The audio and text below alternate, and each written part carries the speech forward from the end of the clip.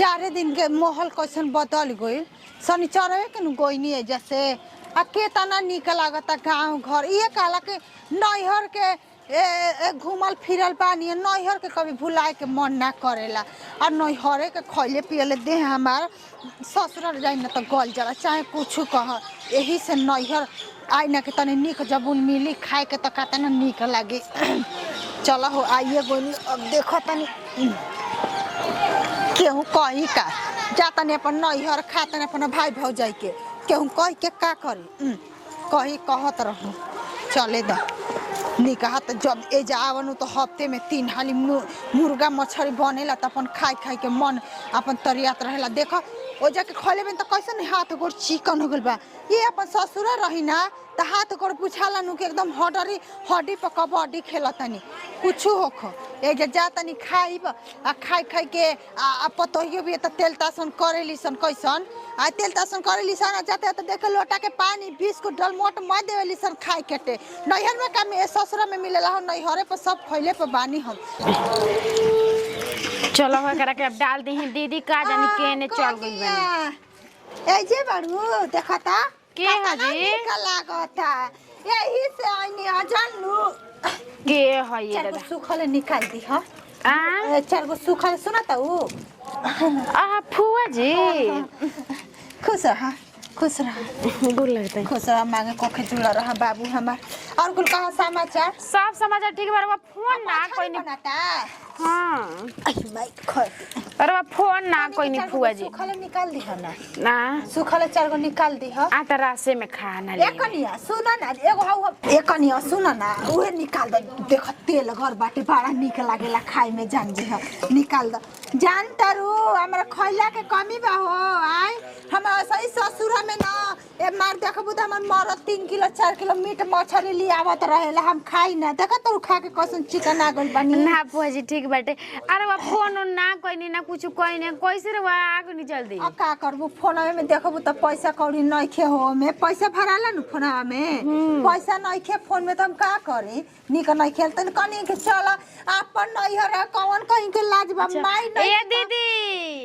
अरे आइन जी फुआ जी आइल बानी रुकी मीठा पानी लेके आवत नहीं आ तनी कनी न के भुजिया नमकीन खाला ओही वाला ले कहियो ना ए फुआ जी अभी नहीं खेजी नहीं नमकीन रो के दे देती बाबू गौरी गल बसन ट्यूशन पढ़े खातिर नहीं जन हो तने लेके आवा जा जन लेके आवत बाप रे बाप ये का हालत देखो हो 2 दिन पर नोटिया गने कातना ये का हाल न देखली सना चप्पल ऐसा हम कीमती हम 300 का में मर चप्पल किन ले बटे देखाई बना न त रानी मांग लिए से हमर चप्पल हो जनलू चप्पल देखावा तनी अपन बेगा में थोले का रुक जा नहीं में ठीक बा आज हस तनी कहा क दिन से चोरावती महंगा के चप्पल हटे मांगे लगे से तो कैसे कहबू कि ना दे हम आ चलो जतरे पे आइल बनी कि निकाह मछरी बनता मन त करता कि दू पीस ऊपर ले काट के खा ली बाकी न देवालों के कान खेला सुन लिया हो कनिया भूख लागल नहीं कि बाकी मछरी के देख के बुझा तनु के हमार पेट में लालच अच्छा ढुकल बाटे अब खाइए के जाए कुछ को खाइए के घर में जाए आ मांगम 2 पीस बेसी वैसे भी कनिया सीधा साधा लागे ले ओकरा से मांगला पर दे दी कहब कनिया से कि सोना के मंगलसूत्र तब निकाल दे बहरिए तबे न देखी लिया रे बोलिए देखो काका लेके आवेले हाँ तो खैबू ना तो जियबू कैसे खैले में सब बाटे ये कहाला कि चल जिहन जीव तो के दो खैहन खिउहे हाल बाटे खैले पर सब दुनिया बा दुनिया देखबू हरा राजबू तो हॉस्पिटले अगोरबू ऐसे बढ़िया खैले में न ठीक बा हो नैहरे में ठीक बा रोज रोज मीट मछली नतिया के चोदल एगो हमार मरद बाटे आय एक दिन ना तनी मूसो मार के लिया आवेला कि मूसो के खा ली शिकारवा आई एजा त रोज देखबू त मुर्गा मछरी आ शिकार उकार म खसी के बनत रहेला मिलत रहेला खाई के एजा समझ जाए के मन ना करला बाकी का कबू लाजे लेहाजे 2 दिन खातिर चल जाई ना ससुरावा कि ओजो के ना कहे सके नैहरे ठेक रहेले एजो के ना कहे सके ससुरा ना जाले हां कनिया लिया हतरू आई एनी रे उनके देता निकाल के आ लियावा ना ये जे चूल्हा तर घर में कर मछरी जे बनता खा ले हम चूल्हा पर ना खजराई। अच्छा तो कहत तो ठीक बा आवते बानी। चप्पलवा कहाँ धोके जाइए दादा हम चप्पलवा ले ली हो सुना मैं एकदम कसम मानव भूल बटे हेमे आटी नहीं में ना आटी चप्पलवा यही के तो लौकत दे हम ना चाहे खातिर राणो लोग मुँह फुलावस लोग चाहे कुछ करस लोग खाली घोड़े भले चाहिए जैसे बेग तो अपन संग ही ले ले रह चाहे कुछ कहस लोग बेग संगे लेके सूतल आ संगे लेके उठब आ संग ही लेके खाए आ चप्पल देख खात खात कैसे नहीं जब चप्पल वालों कतने थिन हो आवत नहीं कबे से बबा के पापा फोन करत रहनी हाँ आ वो अभी देखा ना उठावते नहीं खे हैं मोबाइल स्विच ऑफ ना हो गइल हो इहो के बानी न त एथिए ना करी ना कि हाँ मोबाइल कहीं जाला ड्यूटी उटी तो तनका एथी कर देवल जाला स्विच ऑफ बटुए कहीं ना कि एथी कर देही ना जी कतना निक लगता बता के फुआ जी ए फुआ जी अभी न खैनी है जी हाँ का अभी ना रहुआ खैले रहनी हाँ खाना देखो ना तुम दुगो पीस लिया वाला बात कनियावा लइकन बाना सब रहुआ भी एक आली सबको बैठा के खिएबे कइला से फिर रहुआ लेके घूमे लगनी एगो मुड़ा बात लिया वाला कनिया बड़ा निक लगा ना मुड़वा लइकवन खालस ओहनी खात रहस कनेवा दे लिए खाए खातिर कुछ कहू कनिया आता ना निकल लागो त न एही से नहीं समझ जाए कि मन ना करला जैसे हम जाए ससुर जान दो हाँ ए फुआ जी हमरा तो बुझाला कि फूफा जी ना खाला दीही ना का वो ऐसे एकदम पेटवा हिया से बांध के लेके आई ना ये जगह भरी ना ए कनिया बाद गो और कुटिया त ले लेवा ना होई जान तनी 1 किलो पैसा ना रहे 1 किलो आई रहे आई मुर्गा ना हो कि तनका रसगेरी रही कम हो जाला एकदम होई त तनी ले ले आता नहीं खे ले आवा के रे हो नहीं खे फुआ जी अब रही तो एथी ना होई तभी लगले रवा खा के उठबे कइनी अब फिर खाए लगनी कनिया कानो के 12 दिन ससुर बात देही ना कि जाए ना नहीं हो त हमर नु एकदम जियारा जुड़ा जाला मीट मछली शिकार गुल खाए के 3 दिन रही ना तो 3 दिन में 3 किस्म के बनेला कहियो शिकार बन जाई कहियो मुर्गा बन जाई कहियो मछली बन जाई एगो हमार बदे कनियो तोरे से अपन दिल के बात कही ना मरद हमारे को पोठियो मछली ना लियावेला बड़की भौजी तनी हमरा के गति कइले हरी अजी एथी ए फुआ जी फूफा जी का त मुर्गा मछली के शौकीन हनी त रवा कैसे कहतनी जी हुआ के आई न त कही ना कि हमरा घरे कनेवा हमरा घरे मुर्गा मछली त ऊ बनेला कि का बतला लोग हमरा घरे आके खाला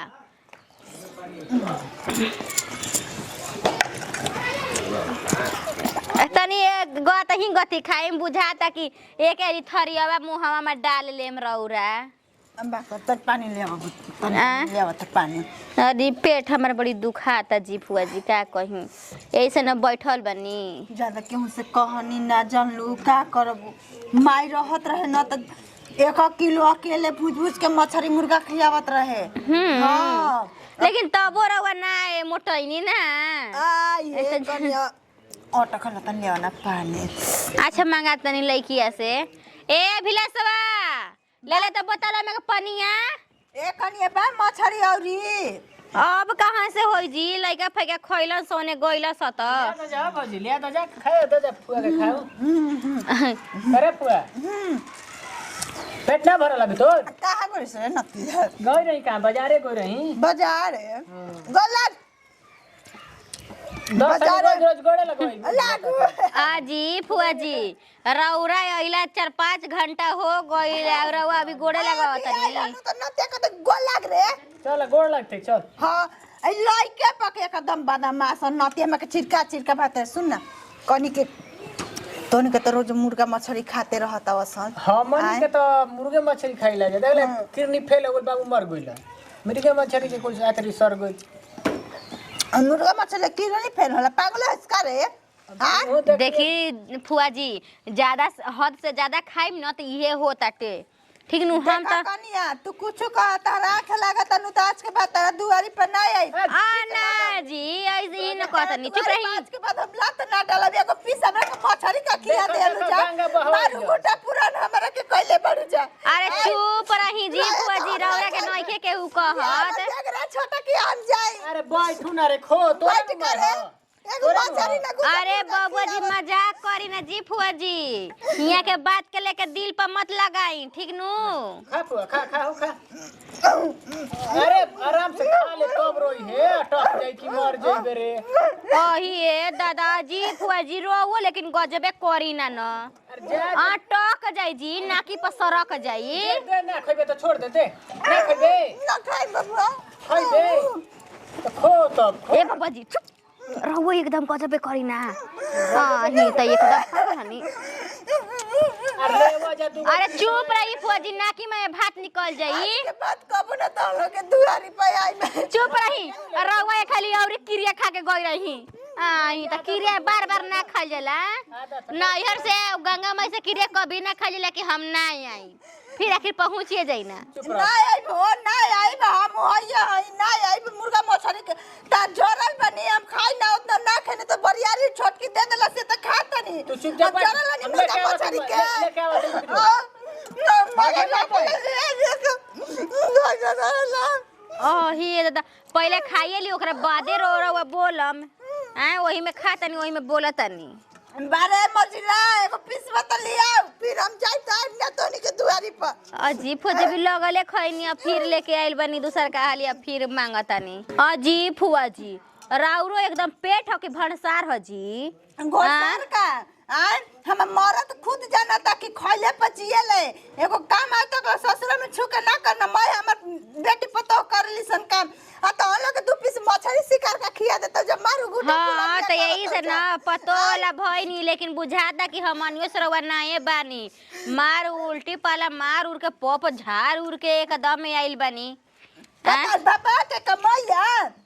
आय तार बाबा के कमाइया पाप झाड़ के अजीब फुआ जी हमर बाबूजी रौरा के खोजत रहनी हां काहे खातिर आय खोजत रही कह दिन ना कि कहां बड़ी तार फुआ जी तम कहली कभी अपना ससुरा बनी नहीं की जा दे जो दो पीस बता ले ले आय नहीं खे अब लइकन के खाए ला आज के बाद उनके दुआरी पर लात ना डालम जानलू कहत बन भले खिसिया तैसन चल खाए के मिलत न हो आता ना खिसिया के अपना घरे रहबू तो कॉपीस मिली जे तुम खा के एकदम ममर हो गनी चल खै से त फिर मांगब खाए ये त कहब कि तनी सनी त पानी उनी पी ली हनी खा ली हनी घर में एगो बाप रे बाप एगो आ गइल बानी फुआ जी न छेटिया बाड़ी कहूँ में हमरा तो लाज लागेला मगर नाता बात आदमी कह देता मन बुझला कि हमनी से छोटे बाड़ी हाँ मगर ना कहे के मन करला ये फुआ जी आइल बाड़ी खा तड़ी आ हेतनी मछरी बचल बा ओहियो खातिर घर में दम बुझता कि महाजुद्ध कर दीहन ऐसे आदमी करेला हो हित ना तक ऐसे करे के चाही लइका हमार रोवा ताटे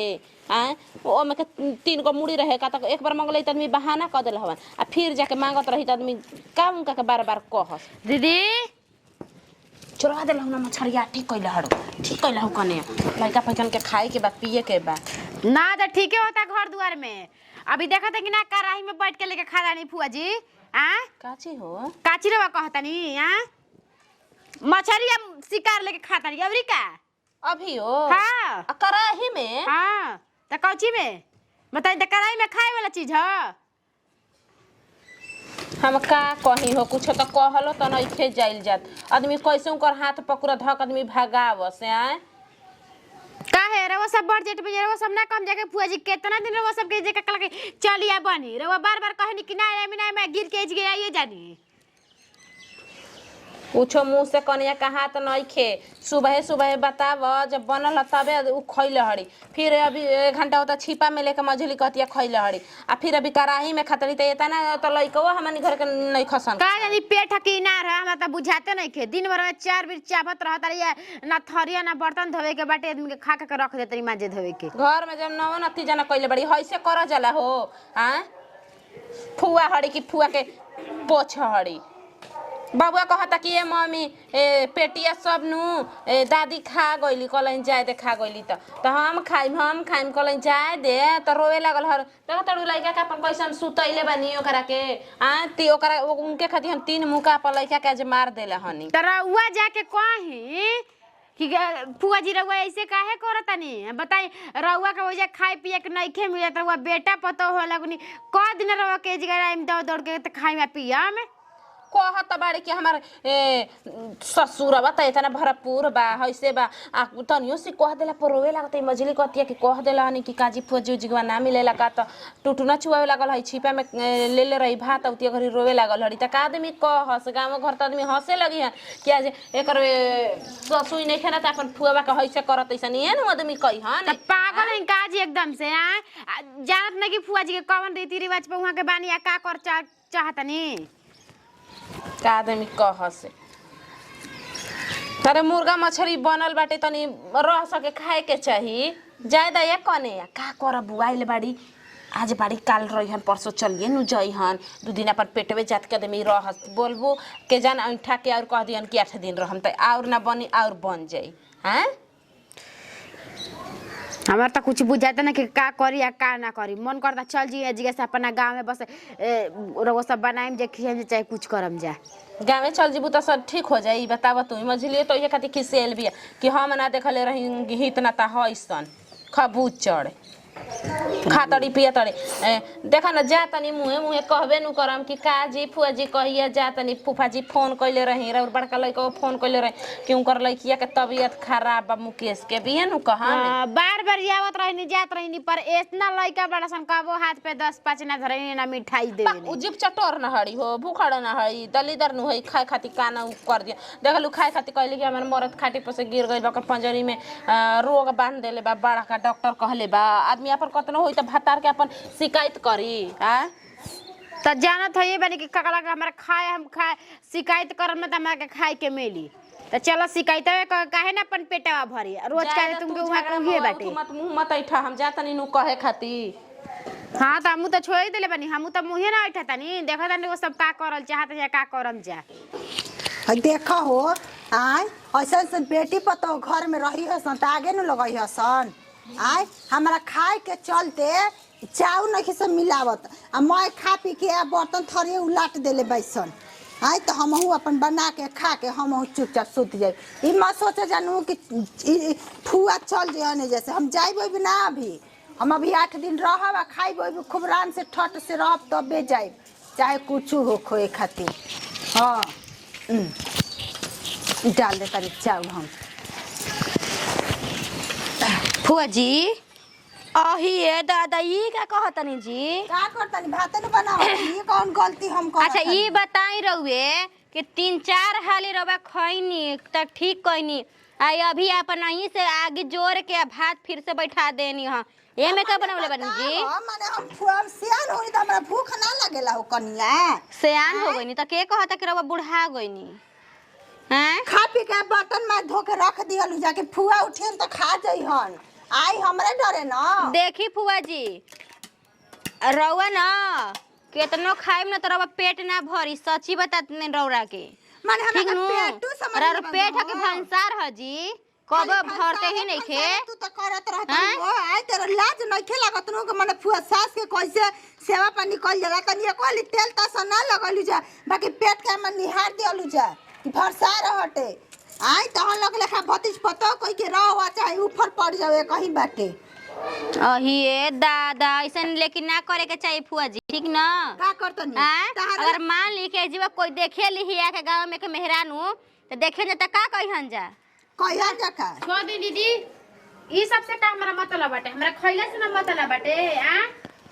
खइला से ना मतलब बा त तब का ठीक है नु बाटे फुआ जी कैसे हूं खात रह आवत रह